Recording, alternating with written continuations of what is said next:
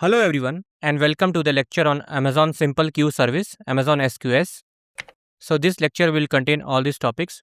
What is Amazon SQS, core concepts and how it works, visibility timeout, dead letter queues, standard versus FIFO queues, polling strategy, message retention, integration patterns, when to choose SQS, SQS priority queue pattern, claim check pattern for S3 large messages, tips and gotchas for exam day. First topic, what is Amazon SQS? Amazon SQS is a fully managed message queuing service. It lets you send, store, and receive messages between decoupled components, and the sender and receiver do not need to be available at the same time. SQS solves the problem of tight coupling. It eliminates tight coupling where one failure cascades everywhere and slowdowns break downstream services. SQS acts as a shock absorber. It provides a durable buffer between producers and consumers, absorbs failures gracefully, and keeps the system stable. SQS was the very first AWS service ever launched in 2006. It is the backbone of decoupled architectures in AWS. Think of SQS like a post office. Senders drop letters into a mailbox, so senders are producers. Letters wait safely at the post office, which is like a queue, and recipients collect them when ready. So recipients are the consumers which poll for messages. Nothing is ever lost with SQS. If the recipient is away, letters wait safely. Messages are stored durably and delivery is guaranteed. Second topic, core concepts and how it works. Producers are the message senders. They can be an EC2 instance, Lambda function, API gateway, or an external application. They send messages using the Send Message API. Consumers poll the queue using the Receive Message API. They process the message and then delete it using the Delete Message API. The SQS queue architecture is a distributed buffer.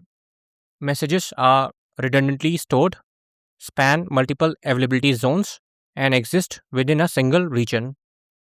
The message payload can be up to 1 megabyte in size.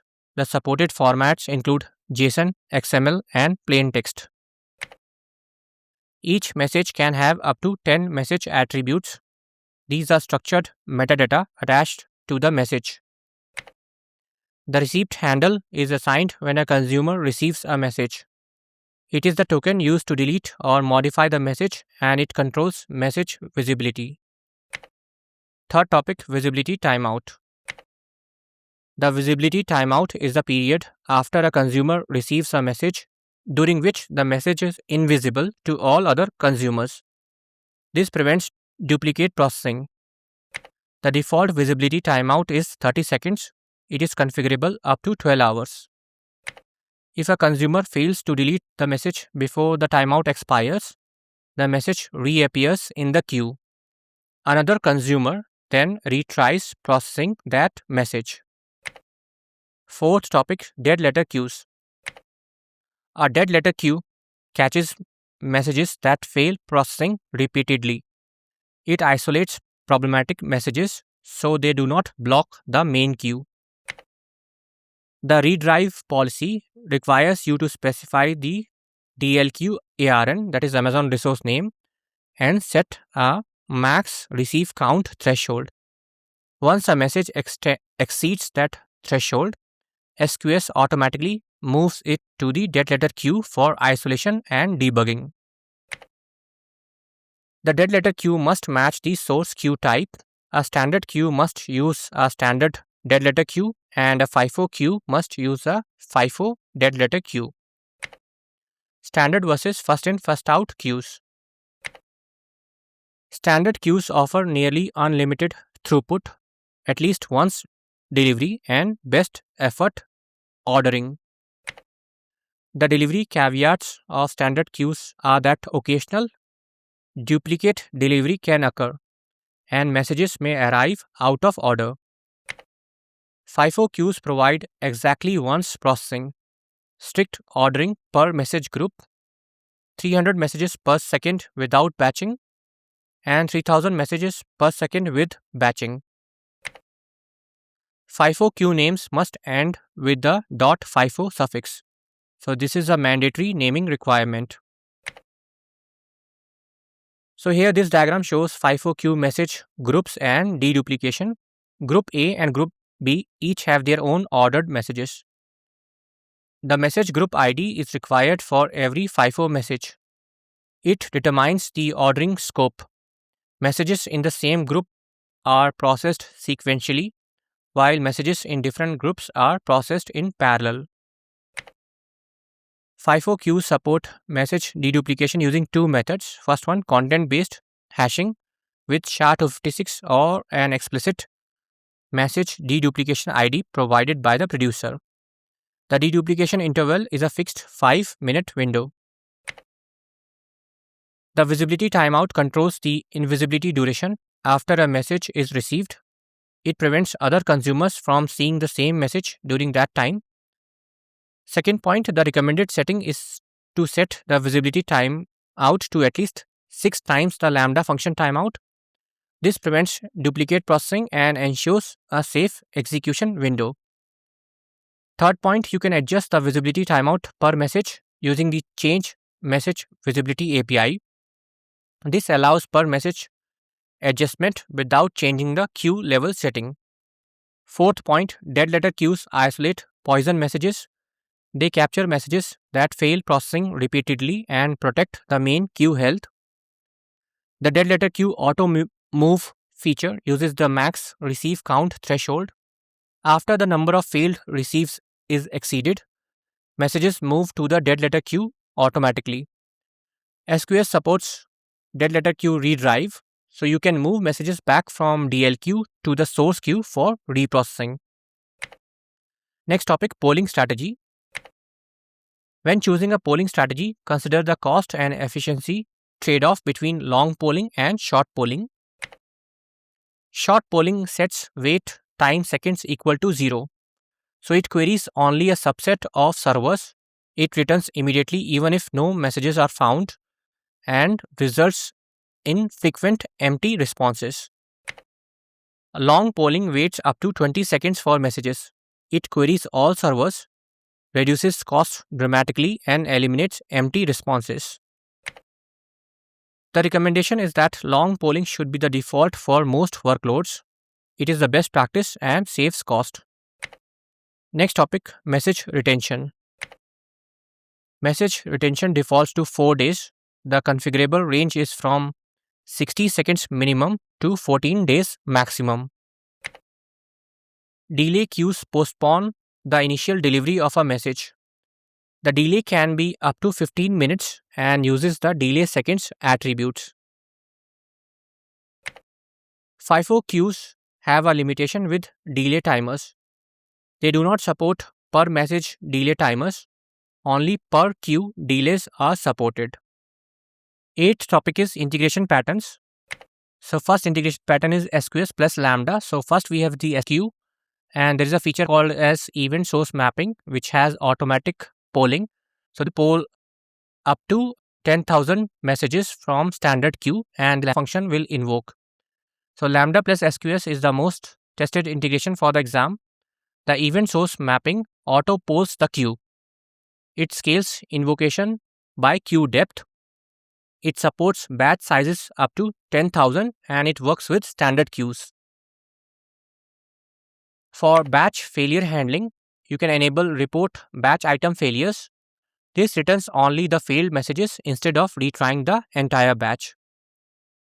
Next, we have SNS plus SQS fan out pattern. So here we have SNS topic first, then followed by multiple SQS queue. The SNS plus SQS fan out is a foundational pattern. An SNS topic pushes identical messages to multiple SQS queues. Each queue has independent consumers, independent retry logic, and independent scaling. With parallel processing, the same event is processed in parallel by the billing service, shipping service, and inventory service. Each service works independently. Next, we have S3 event notification. So S3 event notification can target SQS directly. When an object is uploaded, a message is sent to the queue and launches a processing pipeline. S3 cannot send event notification directly to FIFO queues. There is no direct FIFO support from S3. You must use Event Bridge as an intermediary to bridge that gap. Next, we have EC2 auto scaling. So EC2 auto scaling can scale worker fleets based on the approximate number of messages visible CloudWatch metric using the target tracking policies. So this will auto scale the number of EC2. So the backlog formula is something like this. You have the queue depth divided by running instances equals the backlog per instance. So I'll give some example. So let's say queue has 200 messages and you have 10 running instances. So 200 divided by 10 equal to 20 backlog per instance. So that much every instance will try to pick 20 messages from the queue. So if target is 20, let's say you have 10, so you can have a target tracking EC2 matrix. So if your target is 20 and you have this as per the formula, you get 20. So there will be no auto scaling that will happen. But let's say one more example. Let's say queue has 1500 messages and you have 5 running EC2 instances. So 1500 divided by 5 will be 300 backlog per EC2 instance. And if the target is let's say 100 and the backlog is 300, which exceeds the target. So auto scaling scales out. So this will add workers until backlog per instance drops to around 100. That means it would scale to approximately 15 instances. So when you have 15 instances, then it will equal out. So 1500 divided by 15 it will be 100. So that is our target tracking. Next we have API gateway to SQS direct integration. API gateway can integrate directly with SQS using the service proxy pattern. This eliminates Lambda entirely. This is ideal for ingestion scenarios and reduces both cost and latency. Next, we have step functions plus SQS. Step functions can integrate with SQS using the wait for callback pattern. It uses task tokens, pauses the workflow, and waits until the external system responds. Ninth topic is when to choose SQS. So choose SQS when you need to decouple, buffer, or queue messages. It is best when one consumer processes each message. Choose SNS when you need to notify multiple subscribers, fan out messages, or broadcast to many endpoints. Use SNS plus SQS together for the fan out pattern. So this provides guaranteed delivery to each downstream service with a reliable multi-consumer setup. So what we have already seen, like billing service and inventory service and all.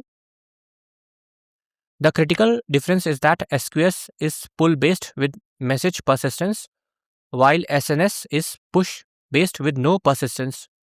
If a subscriber is down, the message is lost with SNS unless the subscriber is an SQS queue. Next, we have SQS versus Kinesis data streams. So choose SQS over Kinesis data streams when you need to decouple, buffer spikes, get message level acknowledgement, and require no shard management. Choose Kinesis when you need real-time analytics, streaming, multiple consumers reading the same data, replay capability, or ordering across a partition key. The key distinction is that SQS deletes messages after consumption. So each message is removed once processed. Kinesis retains records and all consumers read independently from the stream. Next, we have SQS versus Event Bridge. So choose SQS over Event Bridge when you need simple point-to-point queuing or buffering workloads. Choose Event Bridge when you need to route events based on content, apply event rules, integrate with software as service applications, or send to multiple targets from a single event. Each service has core strengths. Event Bridge excels at content-based filtering and routing by event content. SQS excels at reliable buffering and back pressure handling. Next topic is SQS priority queue pattern.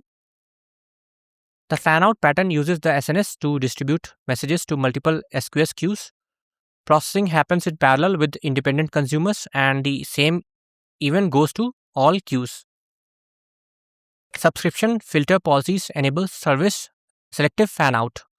They route specific messages to specific queues, so not every queue needs to receive every message. For FIFO support, you can use FIFO SNS topics to fan out to FIFO SQS queue. This provides ordered parallel processing. The priority queue pattern uses separate SQS queues per priority level. SQS has no built-in priority mechanism, so you must manually segregate queues by priority. The consumer logic checks the high priority queue first. It falls to lower priority queues when higher ones are empty. So this is priority based polling. Lambda concurrency is used to prioritize compute allocation. Assign more reserved concurrency to the high priority queue's lambda function to ensure it gets processed faster. 11th topic is claim check pattern for SD large messages. The claim check pattern uses the SQS extended client library. It stores large payloads in S3, passes only a reference in the SQS message, and supports payload up to 2 GB. 12th topic is tips and gotchas for exam day. If messages are being processed twice, the visibility timeout is likely too short. Increase it or switch to a FIFO queue. For lambda triggers, the visibility timeout must be at least 6 times the function timeout, and AWS enforces this rule. Standard queues do not guarantee ordered delivery. They use best effort ordering and at least once delivery. For strict ordering, use a FIFO queue. FIFO supports 300 messages per second without batching and 3000 messages per second with batching. The maximum retention period is 14 days with a default of 4 days. For extended downtime, increase retention or attach a dead letter queue. The maximum message size is 1 MB. For messages beyond 1 MB, use the extended client library with S3. The dead letter queue type must match the source queue type. A standard queue requires a standard dead letter queue, and a FIFO queue requires a FIFO DL queue. Long polling reduces empty responses and lowers cost. Set receive messages wait time seconds up to 20 seconds. Do not confuse long polling with visibility timeout or delay queues because they solve different problems. And that's all. Thanks for watching.